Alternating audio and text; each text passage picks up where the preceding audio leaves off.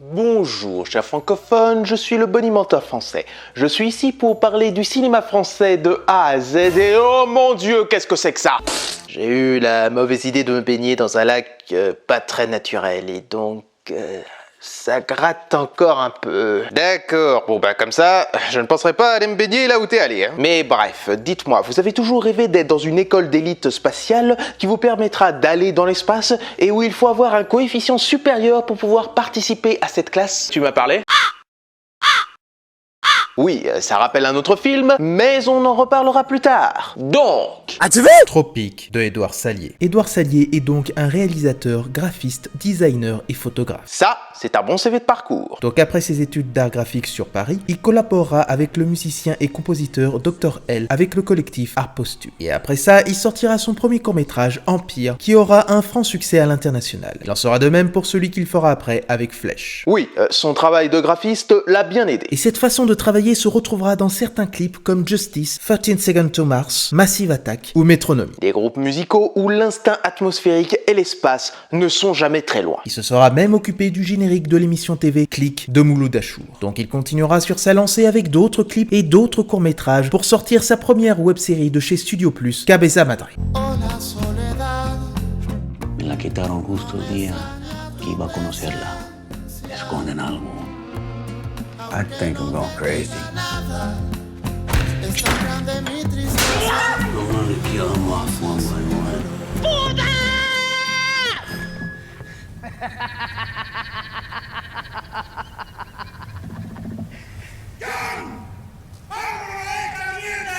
Un projet que vous n'avez jamais entendu parler, tout comme moi d'ailleurs. Mais même si peu connaissent cette œuvre, ça lui permettra d'aller vers d'autres horizons comme la co-réalisation d'un documentaire, Africa Mia. C'est 18 ans d'enquête. 18 ans de quête. 45 ans après leur séparation, un nouveau chapitre pouvait maintenant s'écrire pour les Maravillas. Et il sera pris pour la création de séries pour des plateformes comme Mortel et La Révolution pour Netflix et Mixed pour Prime Video. Que vous n'avez jamais osé les regarder, avouez-le.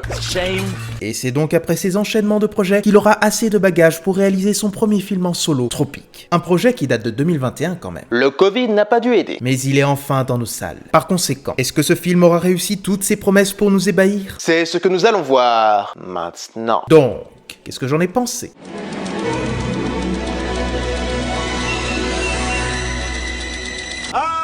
Par où je peux commencer devant ce monde exotique qu'est Tropique? Ce film est une recherche de la performance et de l'acceptation de la différence avec un mélange fantastique pour déstabiliser tout ça. Nous avons là l'histoire de deux frères, Lazaro et Tristan, qui font partie d'un programme militaire qui vise à former les meilleurs astronautes de demain. Ils sont proches de leur objectif, mais un élément radioactif Ou spatial. va contaminer Tristan, qui le transformera physiquement et mentalement. C'est là que la division va commencer. Ce qui m'a marqué dans ce métrage, c'est qu'en plus d'être un body horror, un film fantastique et un film de SF, que Salier va sur du sociétal en décrivant cette peur de la différence. En fait, ce qui m'a touché, c'était justement ce mélange des genres qui était entre le film d'auteur, un peu d'SF, un peu de genre aussi, imprégné du réalisme magique de l'école un peu sud-américaine. On a une œuvre filmique qui rappelle certains films pour ses thèmes comme Bienvenue à Gattaca, pour le choix de mettre celui qui est moins performant intellectuellement et aussi sur le fait qu'il pourvoit son talent grâce à ses efforts. Et aussi on aura une référence de La Mouche de Cronenberg pour Tristan qui montrera la restructuration corporelle et intellectuelle du personnage et évoluera pour le pire. J'ai vu aussi un certain hommage à Elephant Man de David Lynch pour la présentation de cet homme difforme qui veut prouver son humanité.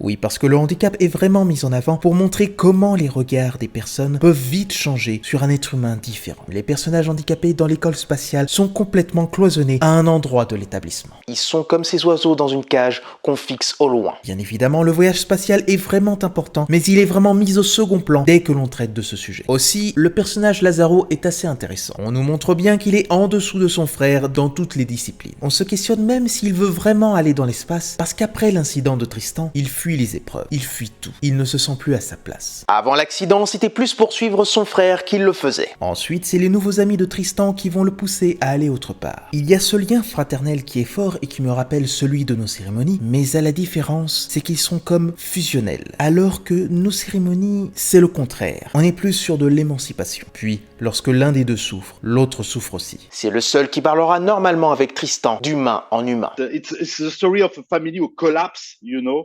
after a disaster.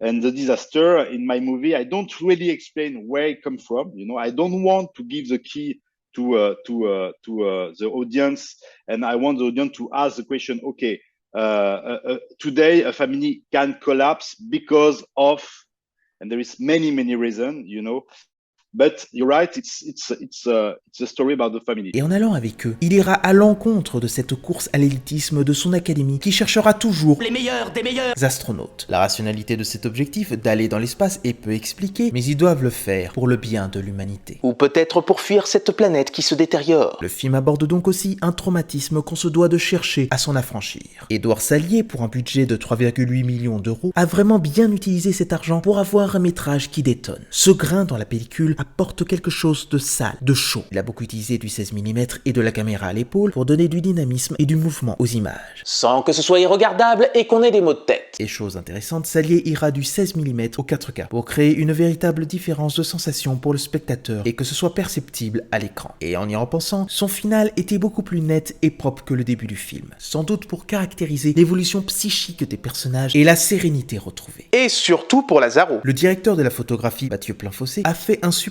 travail pour qu'on ressente toute cette imagerie très filmographique et pesante. Puis Salier met beaucoup en avant la nature de l'eau, bien plus que l'école. Un esprit écologique. Il n'y a qu'à voir les chapitrages qui sont au nombre de 5 et qui commencent toujours avec la faune et un lac. Il me semble que c'est ça. Après, je trouve que les chapitres sont assez inégaux sur leur durée respective. Peut-être que 3 ça aurait suffi. Et certains moments de narration m'ont un peu dérangé. Comme s'il ne savait pas où il allait et que ça tournait un peu en rond. Mais j'ai compris que c'était pour décrire la psychologie de Lazaro qui évolue avec son frère qui se détériore. Au début, on le voit tout le temps se laver les mains comme s'il avait honte de lui, ainsi que de lui-même, pour enfin tenir la main de son frère et enfin l'accepter. Qu'est-ce qui justifie qu'une personne n'est plus apte à faire quoi que ce soit, qui n'est plus humain? Ce qui fait que la mère dans l'histoire les soutenait, les aimait, elle s'est sacrifiée pour eux. Mais après ce drame, elle changera de regard, comme si elle faisait le deuil de Tristan, alors qu'il est encore là, bien vivant. Puis pour ce qui est de cet élément déclencheur, il est montré mais jamais expliqué, et c'est tant mieux. Ça rajoute du mystère sur cette substance qui a changé Tristan. And we want that this kind of radiation come from the sky. And we want to keep the possibility for the audience to imagine that it can be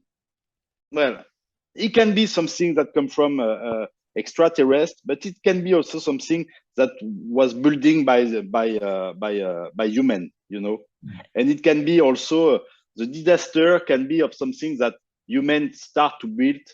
And for sure, we were thinking about what's happened, with the craziness of Elon Musk in the satellite and stuff like that, And at one point, you can have this kind of boomerang effect. Et donc le maquillage est extrêmement bien fait pour ressentir ce dégoût. Il nous montre ce visage difforme au début, caché, flou, pour de plus en plus le voir et l'accepter tel qu'il est. Bon, il y a certains moments où je voyais que l'effet sur le visage de l'acteur faisait plastoc. Mais heureusement, ce n'était pas tout le temps comme ça. The difficulties were to make the monster very ugly, very special, very different, a man that people don't want to look, but to keep also the emotion in the character and to give him the key and to give to Luis Perez, which is the actor, the key to express himself as an actor.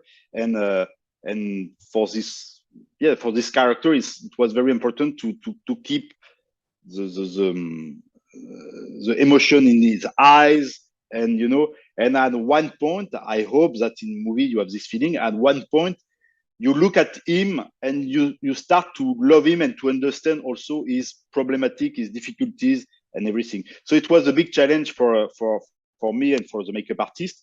And I can tell you also another story. The fact that we shot in 60 millimeter for me was also an option to erase a little bit, the texture of the plastic, of the texture of the makeup, and to make it also more poetry, you know, and to give us more sensibility and more poetry. Et pour ressentir cette peine, Salier fera appel au musicien disque jockey Sébastien, de son vrai nom, Sébastien Akchoté. Il avait déjà travaillé pour de la musique de film sur Steak et Notre jour viendra. Oh, ces compositions. Oh, putain, je jouis. Pour Tropique, il y imprégnera un univers sombre, poisseux, tout en donnant une forme de romantisme et de mélancolie dans ces moments d'apaisement. L'image et la musique sont tous deux bien reliés. Toute la création musicale est due pour comprendre ces deux frères. J'ai jamais travaillé avec Sébastien et en même temps, j'ai toujours été fan de son travail. Et je sais qu'il fait pas beaucoup de BO en fait.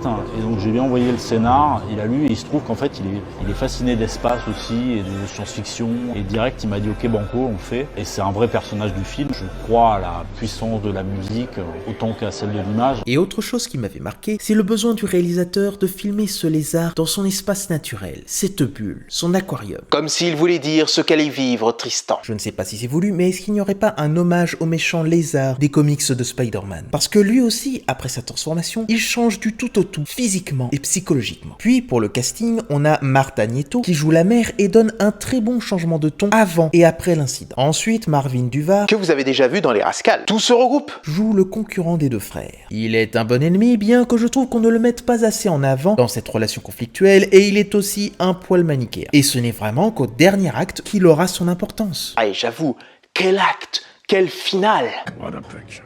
Good picture. Mais bien sûr, ce qui marque le métrage sont Louis Pérez qui joue bien cet homme détruit dans tous les recoins pour en même temps donner de l'émotion avec son maquillage qui peut l'empêcher de parler et de jouer. Et Pablo Cobo qui est vraiment un acteur à suivre tellement il a vraiment approché de la perfection son rôle. Bon, il n'est pas totalement parfait, mais il est vraiment dedans. Surtout pour sa gestion du corps. Oui, parce que ce film nous questionne aussi si c'est important de suivre l'excellence en laissant de côté tout ce qui nous entoure, alors qu'avoir une imperfection nous permet d'avoir un regard neuf de la vie, une béatitude, une acceptation de soi et une envie d'aller de l'avant, mais en pensant à ceux qui nous sont chers. Moi, c'est un peu comme ça que j'avais ressenti le scénario et c'est ça qui me plaisait en fait, que Tristan pousse Lazaro à se dépasser, à être meilleur, à ce qu'il prenne confiance en lui, en ses capacités et tout ça. Et des fois, ça va jusqu'à ce qu'il l'étouffe.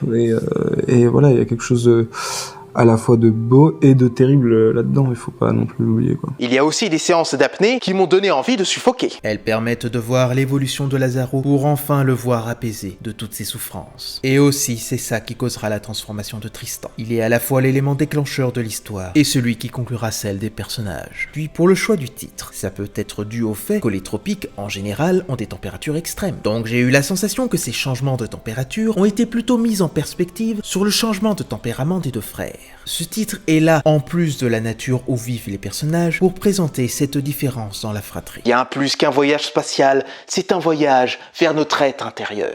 I consider the movie as a tale and more than some things that they're gonna do like this, so I'm gonna shoot like that. You know what I mean? So it gives me a lot of freedom. Sur ce, je vous dis à la prochaine et je bonimentionne les films que vous oubliez de mentionner. La mission Éternité est notre dernière chance. La mort de l'un d'entre nous ne peut pas empêcher sa réussite. Don't stare directly at the sun, but no one taught you the dangers of the moon.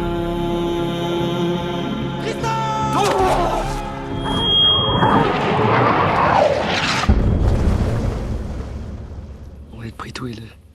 Et moi je pars pas sans toi.